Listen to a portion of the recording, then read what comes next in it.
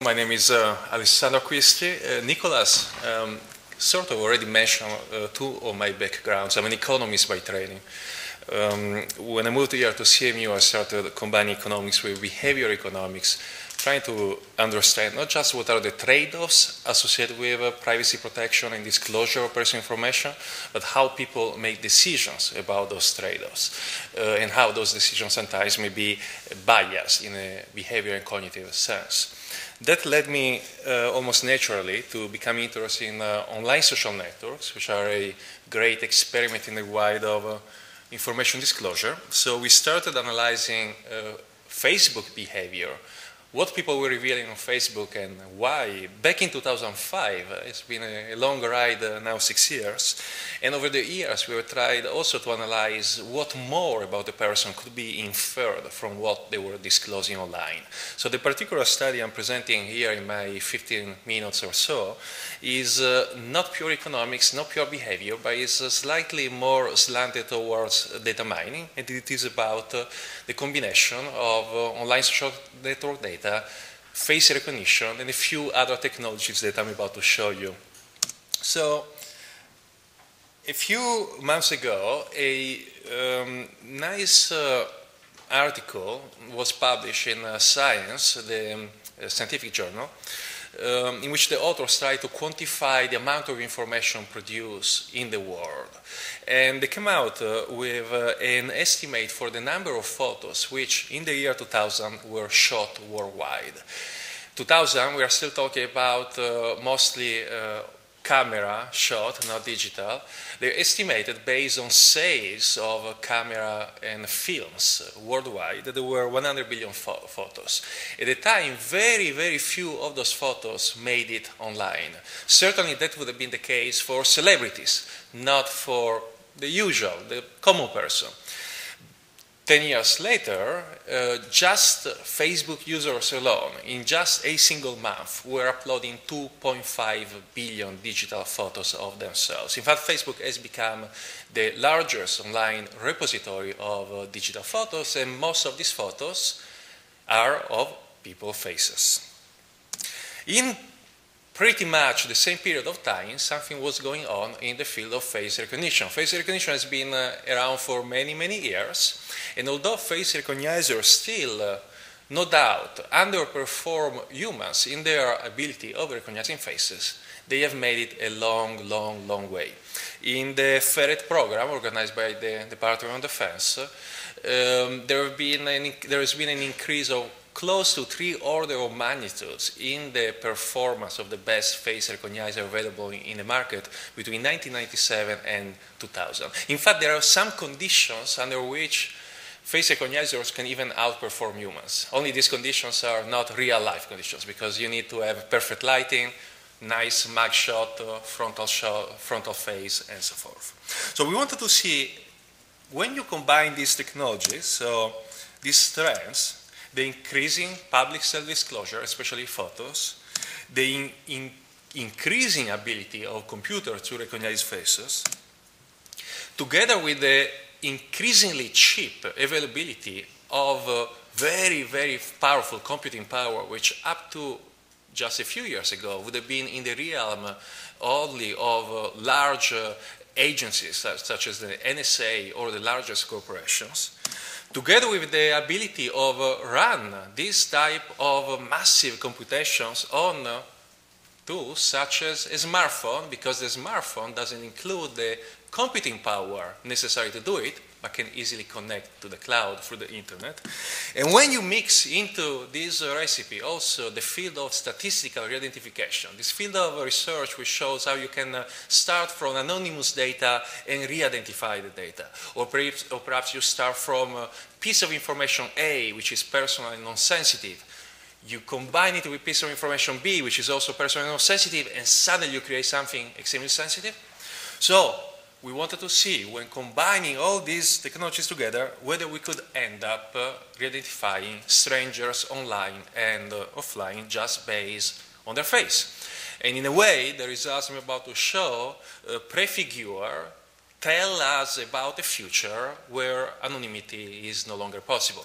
What I'm going to show you is a proof of concept. The accuracy of our results only holds in the constrained conditions of our experiments. What I'm about to show is not yet scalable to the entire United States. So I'm not going to tell you that I can, with the iPhone app that we develop, walk in the streets of Pittsburgh and recognize every person. But this is pretty much the future where we are walking towards too. So I will show you both the current limitations, but also why these limitations are not going to last for many, many years. So the research that we did, and we presented publicly at Black Hat this summer, just 1.5 months ago, was about combining public available information, especially social network data, with off-the-shelf face recognition technology for large-scale, automated, real-time, peer-based individual re-identification and inference of additional information. Let me explain some of the terms I'm using here. Publicly available. We wanted to see whether if we take the perspective of an attacker who doesn't have access to the gazillion of images that Facebook has, but just to a small fraction of them, the small fraction that you can publicly access, for instance, through Google, Bing, or if you create an account on a network such as CMU Facebook network, you could access from an unconnected profile. Off the shelf. We didn't want to use technology which is not available to others. We used technology developed here at CMU by a company called PitPat, which was started indeed by CMU researchers. It's a very good face recognizer. Ironically, it just so happened that about 10 days before we went public with these results, Google acquired the company. So currently PitPat is no longer as off-the-shelf freely available as it was before, although the results we are going to present are independent of the specific technology. Large-scale and automated real-time and peer-based. What we refer to is a sort of democratization of surveillance. We wanted to see whether we are working into a future where anyone could indeed re-identify each other just based on facial information. And if the identification online and offline refers to two scenarios. Someone's face in the street, the offline scenario, someone's face in a website where they may not want to be recognized. For instance, a dating site, such as maybe Match.com or AdultFriendFinder.com. And the inference of additional potential sensitive personal data is the next step. Once you know the name, what else you can infer. And the story in a nutshell is this. It relates to this literature of statistical identification. The idea is that you start from an unidentified database, a database with images but no name. They may have pseudonyms, such as profiles on Match.com or profiles on Prosper.com. Match.com is a dating site. People obviously use facial images because if you don't upload it, you don't get dates. But they don't use their real names because there is still a social stigma associated with having your profile on the dating site. Prosper is a financial website where people look for loans and they reveal sensitive information such as their credit score. And that's why they don't like to associate their real first and last name to that information, but they still, many of them use photos of themselves because studies have shown that people tend to trust your profile better and are more likely to provide a microloan if they can see your face. Unidentified faces are also those of your faces in the street. So imagine really walking out in the street. Those are the anonymous or pseudonymous faces. Now you have instead, on the other hand, an identified database. So databases of images with name associated to them. Facebook is the example I was mentioning earlier. 90% of Facebook users in the survey we ran claim to be using their actual first and last name on Facebook. So only about 10% of Facebook users try to use pseudonyms. Facebook has been quite aggressive, and so has Google Plus recently, in trying to force verified identity policies. There is more value in a profile when it corresponds to a real first and last name. It makes it easier to link it to other data, makes the data more valuable. LinkedIn profiles have images and first names. Organizational rosters. I would bet that for most of you in this room, there is at least one image online with your face and indeed your name. So face recognition tries to find a match between a record in an unidentified database, for instance, a face in the street, and a record in the identified database, for instance, a profile on Facebook. Once the match is found, then a presumptive name can be associated to the up till then anonymous face. In the sense that now you can probabilistically say, well, there is a 68% probability that this face is Alessandro's face. But because people online reveal more than just their name, on LinkedIn they reveal where they're working. On Facebook they reveal perhaps their date of birth and their other personal information.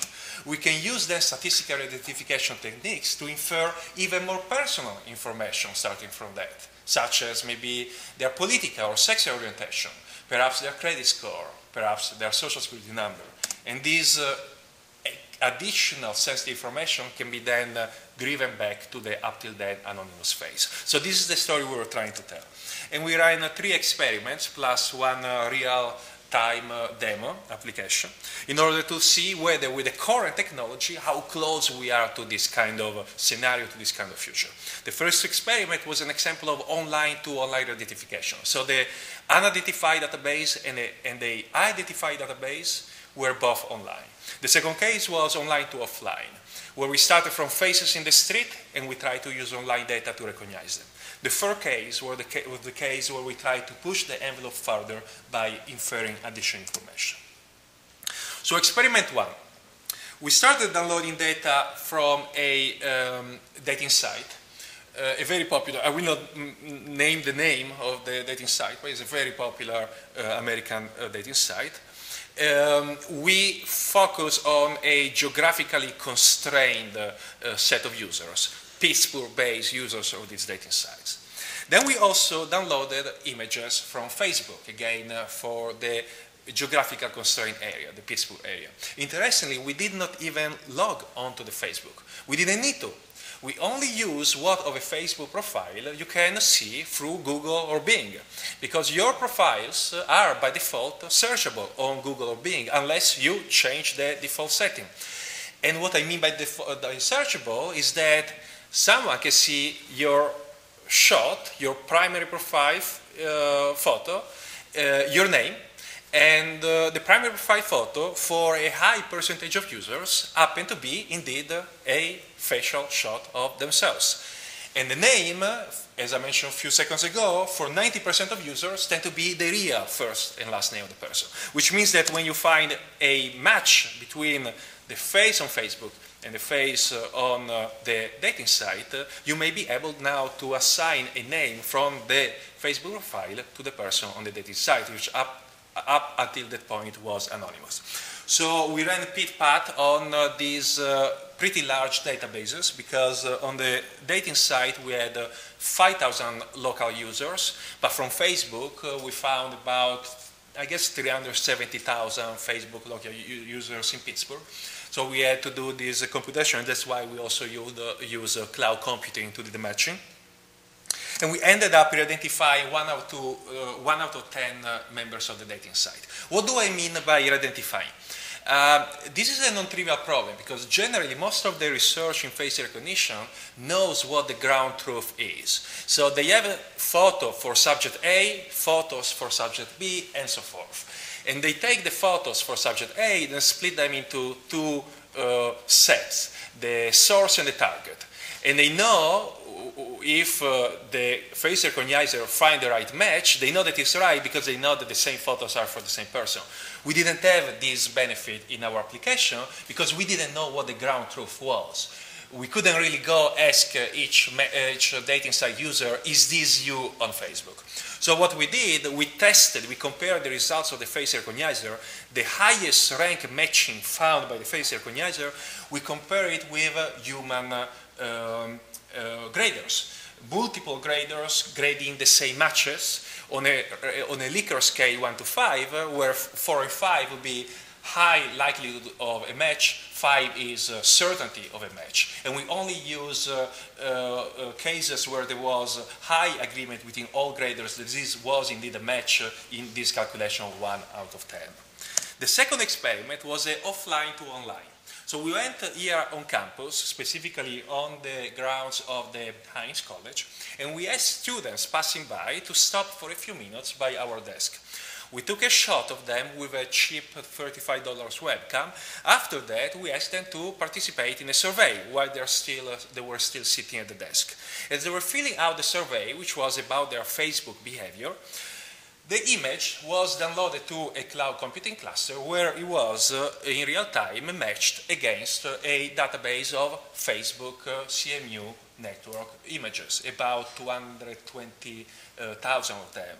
By the time the student reached the third page of the survey, the last page had been populated dynamically with the best matching photos that the recognizer had found for that particular shot. And the student now had to click on yes, this is me in the photo, no, this is not me in the photo. So for instance, this is one of the best matching photos that the recognizer found for our student here, and you can see that the gentleman is indeed in a photo slightly in the background.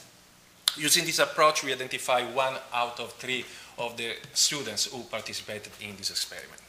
So, taking a pause for a second, what we have done so far was to show that we can start from an anonymous face.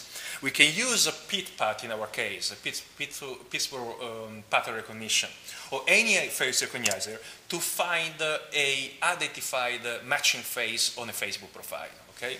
However, and perhaps some of you may remember, because those of you who came to the partners conferences 2 years ago, at the time we were presenting the results, these results, you may recall that 2 years ago, in 2009, we published results on how we could take publicly available demographic information about individuals. For instance, from Facebook profiles, people's date of birth and hometown, we could combine this data with also publicly available information, namely the death master file, which is a publicly available database with the social security number of all US residents who are dead, and we could end up identifying statistically the social security number of the person still alive, using a process of interpolation, combining alive people individual with dead people individual to do this prediction. So do you see where I'm going with this?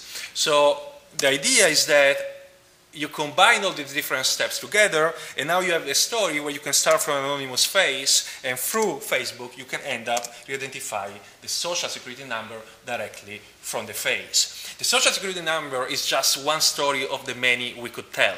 It's just to make a point, right? You can replace SSN with any other sensitive inference which can be made based on the information we make available online. Using this approach, we identify for 27% of the subject of the second experiment who allow us to test this SSN on them. Not all of them wanted to do it, some were freaked out. We were able to find their first 5 digits with 4 attempts. I could enter a pretty long discussion about what this means in practical terms. In reality, we can also predict the last 4, so all the 9 digits. But the prediction for the last 4 is statistically significant only if you have very large sample, not just the 94 or so subjects we had in this case. That's why here we focus on the first 5. Broadly speaking, the story I'm trying to tell is one where we have something similar to financial accretion. Your capital accrues over time, well, your data can accrue as well. In fact, Paul Holm at Colorado, UC Boulder, has used this term data accretion, and it's a good term to explain what we were trying to do here. We start from an anonymous face, we find a matching face online, from this we find the presumptive name of the person, from the presumptive name we find the personal data associated with the person, from the personal data we infer even more sensitive information, and we drive this back to the anonymous face. So the matching face could come from several sources, as I mentioned earlier, Facebook, LinkedIn, organizational rosters. The name is not a trivial problem because sometimes on my Facebook profile I could have faces of my friends. And how do I know exactly that the matching found for a face on my profile is my face and therefore should be connected to my name or someone else? We develop algorithms to do that because, for instance, you can infer that the most frequently found face on someone's profile, it's usually that person. So you can use additional information to make these predictions. The online information that you can find for the average US individual, well, is huge, from date of birth to indeed their friends, and from this information then you can end up doing these additional predictions. Now, what we did last was to show that all of this could be done in real time. So we developed a iPhone application which pretty much brings together what the other experiments has done, so tries to do sensitive inferences in real time on a mobile device, overlaying sensitive information to the face of a person. So this is what the application does. It points, so you point the camera at the person, you snap the photo, you click on photo, and the photo is then sent by the application to a server here on CMU campus. The server looks for a matching photo online on databases we have previously downloaded. That's the ad hoc part. Once you find the matches, it uses the name to find additional information online from sites such as USA People Search or javasearch.com. If it finds this additional demographic information, it uses the algorithm in 2009, the one we developed to predict social security number, and then it sends everything back to the phone application. So now you have the sensitive information on the person's face in real time. So this is the story of privacy in the age of augmented reality. So the online world populating this offline world. Now, of course, let me stress that we are not so naive to think that this can be made scalable tomorrow morning to the entire United States. These are experiments. They are controlled experiments. Our sets were large, 25,000 CMU students, about maybe 300 or so thousand Pittsburgh area residents, but they're still more small compared to trying to do this nationwide. First, you may not have access to all the photos. There could be technical challenges in mining many photos over the internet. There could be legal challenges from in downloading these faces from the internet. Second, you have the challenge of getting good shots. In our second experiments, our students were cooperating. We asked them, please look at the camera, and we took the shot under good lighting condition. Where you are in the street, you not often can ask people, can you stop for a second while I take a shot of you? So you have the limitations that face recognizers still have in adapting to bad lighting and side shots. Also, the more your database, target database increases, the more computational intensive it becomes to find a match. Using our cloud computing cluster in PitPad, we could run about 1 million face comparisons in 10 seconds. If you try to do it 300 million photos, so assuming each American has a profile on Facebook, you cannot do it right now in real time. But 5 years from now, 10 years from now, with the progress of cloud computing, there is also another problem that as the database becomes larger and larger, the probability of bouncing into a false positive increases. Because when you start working with databases of this size, you realize that none of us is a beautiful and unique snowflake. There are many, many other people who look like us. As soon as you start working on larger databases, you realize it. But the point is that it's very clear where all these technologies are going in terms of trends. Face recognizer keep getting more accurate, more data is publicly available, cloud computing is getting cheaper and faster. Which means that the bigger story here, what we were trying to tell is that A, your face is this conduit between the online and the offline world, as well as between your different personas in the online world. B, there is an emergence of something we try to call PPI, personal predictable information. So things that people will infer from you just by looking at you. 90% of the time, they may be correct. 10% of the time, they may be wrong, and you know what? I find both scenarios quite creepy. The democratization of surveillance, the fact that this is no longer the realm of NSA or just a very, very few powerful agencies. We are talking about technologies which can be replicated on these tools, and 5 years from now, sunglasses, who knows, 15 years from now, contact lenses. The idea that a stranger in the street could recognize not just who you are, but see your latest tweet, your last blog. And what will privacy even mean in this kind of world? In fact, what anonymity will mean? It's a huge challenge. And indeed, it's a huge challenge also to think in terms of what kind of technical or legal protection will privacy even have in this kind of world. And I should stop here. Thank you.